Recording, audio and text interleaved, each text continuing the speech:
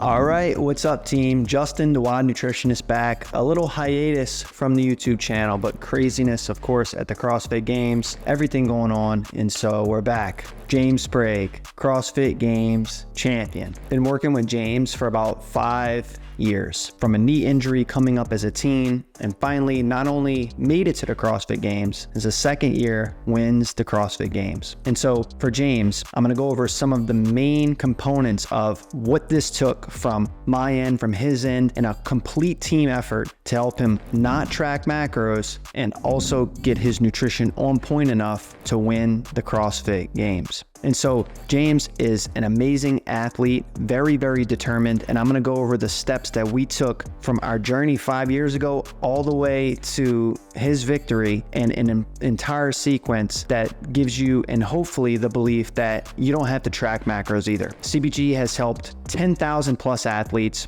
and CrossFitters reach their goals without tracking macros. We've helped thousands of athletes make it to the CrossFit Games and to semifinals. And now we've helped James Sprague win the CrossFit Games without tracking macros. You may also want to achieve some of these goals: lose body fat, build muscle, crush your WODs, win the CrossFit Games, and now you can do it all without tracking macros. So today, first and foremost, congratulations to James on his victory. What an amazing athlete that he is to mentally battle through with all these other amazing athletes to win the entire thing. When me and James started our journey 5 years ago, the first thing that we did was we focused on building habits. James didn't want to be stressed about tracking every single gram of food that he ate, and so we wanted to create a simpler way to do it. So step number one was delete MyFitnessPal. It was not best for his relationship with food and for him to make sure he can navigate the other priorities in his life while also being able to focus on his nutrition. So step one was to delete MyFitnessPal. Now with that, we can't just completely avoid how much we're eating because we're not tracking. We need to still focus on it, but there needs to be an easier way to understand what this looks like. And so after deleting MyFitnessPal, we decided that we were gonna create James his own personalized nutrition blueprints. These blueprints don't only just tell you how much you're gonna be eating, when you can eat throughout the day, but also give you the flexible options to know what foods you can eat and how to break it down from the actual food itself to the portion size needed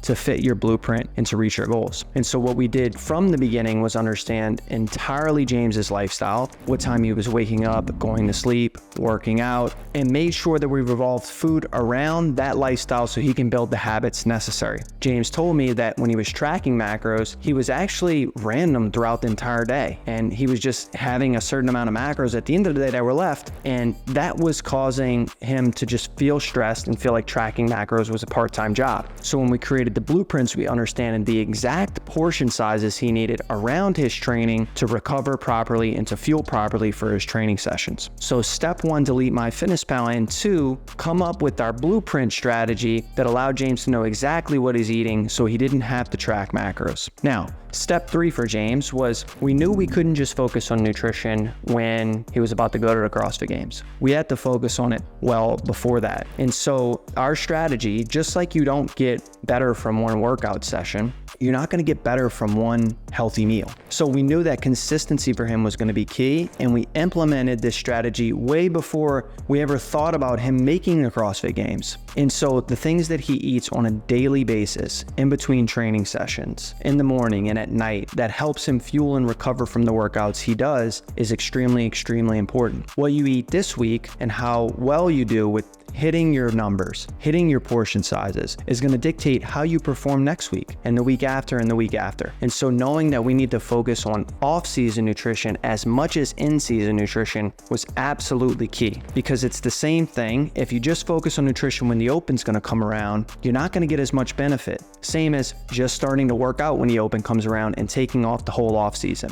What we put into our body matters, and 1% improvement every day through that consistency is absolutely key. So developing these blueprints in the off season around his training schedule, working around everything that he does, also with now about to be getting married, his girlfriend, and all the other responsibilities that he has was super, super important. Now next, what we focused on was after we built out these blueprints and we built these habits, this took us 2 to 3 years just alone to get his knee rehab, to give him enough food to to support his goals to recover from his training sessions, learn how to quit tracking macros, developing these blueprints. That took 2 to 3 years alone. Now, after these 2 to 3 years, what we started to focus on was building an actual relationship to make sure his adherence was there. And so if we want to be successful with anything, especially with nutrition, we need someone holding us accountable, and we need to follow a system that's sustainable. Once we develop that sustainable system, I needed to make sure I was there with him every step of the way, and he was getting enough contact points with me to understand what to do. And so me and James did video calls weekly. We had 24/7 tech support where in between competitions or in events at competitions or in between training sessions and just day to day, he was able to text me and get the support that he needed. And we regularly had check-ins where we spoke and had open, honest communication about where his difficulties were, how do we problem solve, and how do we progress to move forward. And that honest relationship through our relationship-based coaching methodology is what allowed for James to excel. You're more efficient getting to your goals, and you get to your goals quicker. You're able to ask more higher level questions and create, and I can develop more improved performance-based nutrition strategies because we're working at an insane pace to develop and improve. And so that's the benefit of relationship-based coaching instead of, hey, here are your macros, email me on Monday. So through that relationship-based coaching, we built an honest, trusting relationship with each other, and it's still going on today, and hopefully many more CrossFit Games podium opportunities for James, as well as repeating next year at the CrossFit Games. Now, after we built this relationship, we had the full foundation set, and obviously we know the nutrition pyramid or the CrossFit pyramid, the nutrition is the base. And so developing the blueprints, not tracking macros, was something sustainable for him, and developing a positive, good coaching relationship with me where he had full access, was able to do video calls, was extremely important for big buy-in and adherence from him. Or one of the last things that we did was we developed what his in-competition routine would look like. Only then did we start to talk about what supplements he should be taking, when he should be taking these supplements, how does he eat in between competition events. All of these things are the minor details at the end that we started to focus on.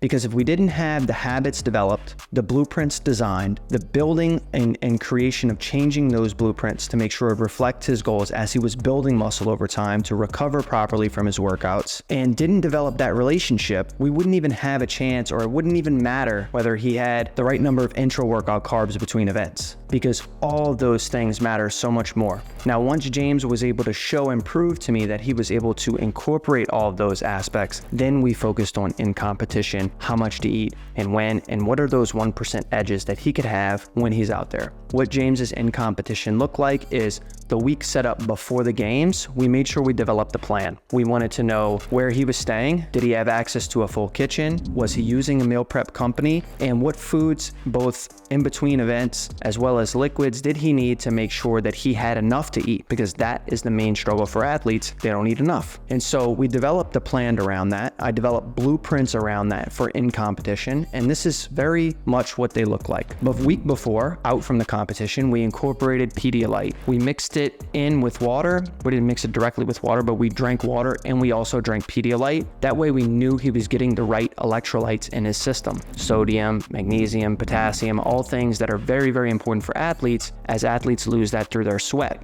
Now, once we incorporated that Pedialyte, we also carb loaded. Carb loading takes place usually 4 to 6 days before competition, especially for a long competition like the CrossFit Games, and make sure and ensures that the athlete is getting enough glycogen replenishment, which is carbohydrates stored in our muscle, so that they can hit the first workout with intensity and be able to recover after that for the multiple events that are going to occur over multiple days. So carb loading for him, it was an extra 80 to 100 grams per day on top of his already existing carbohydrate amount about a week ahead of time. Now, what we also did was we went grocery shopping for James to get some miscellaneous items that he didn't have, and we incorporated a strategy from there. Now, morning of the CrossFit Games, we're eating the same breakfast that he usually eats. We're not changing up a bunch of his foods. We're not doing new supplements, anything crazy. He's trying to eat almost the exact same breakfast. That ensures that it was fueling him for his training sessions, and it should fuel him now. Now, after the first event at the CrossFit Games, we want to incorporate protein and carbohydrates. Fats, vegetables don't really make much of a difference and can actually be detrimental to performance if not taken at the right time.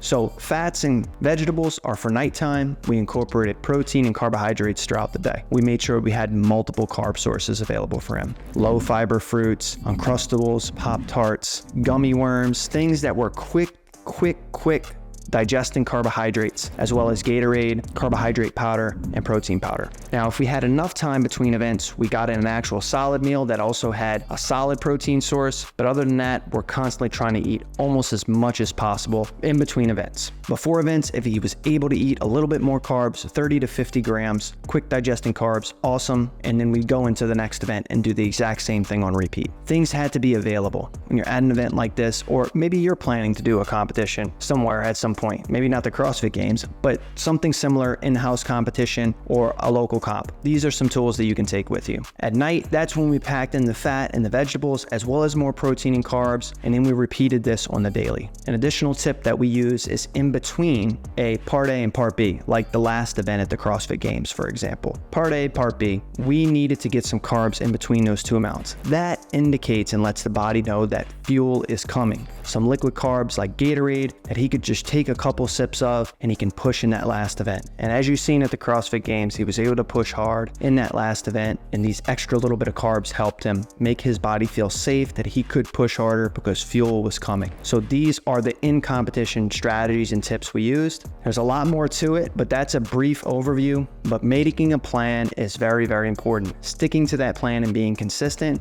even more important. And so that's the key when it comes to nutrition and long-term success. What people see when they see James win the CrossFit Games is, yeah, he's a great athlete, he trains really hard, and he focuses on his nutrition. But people don't realize that this was 5 years or more of work consistently on the nutrition side, working with me, doing calls, making sure he understands fully what he needs, blueprint development, communicating between coaches. So James deserves it all. I'm really proud of you, buddy. Good work, and let's do it again next year. If you want to learn more about how to quit tracking macros, lose body fat, build muscle, and finally look like you CrossFit, there's a link below. You can book a call with my team. We do have our games promotion going on right now.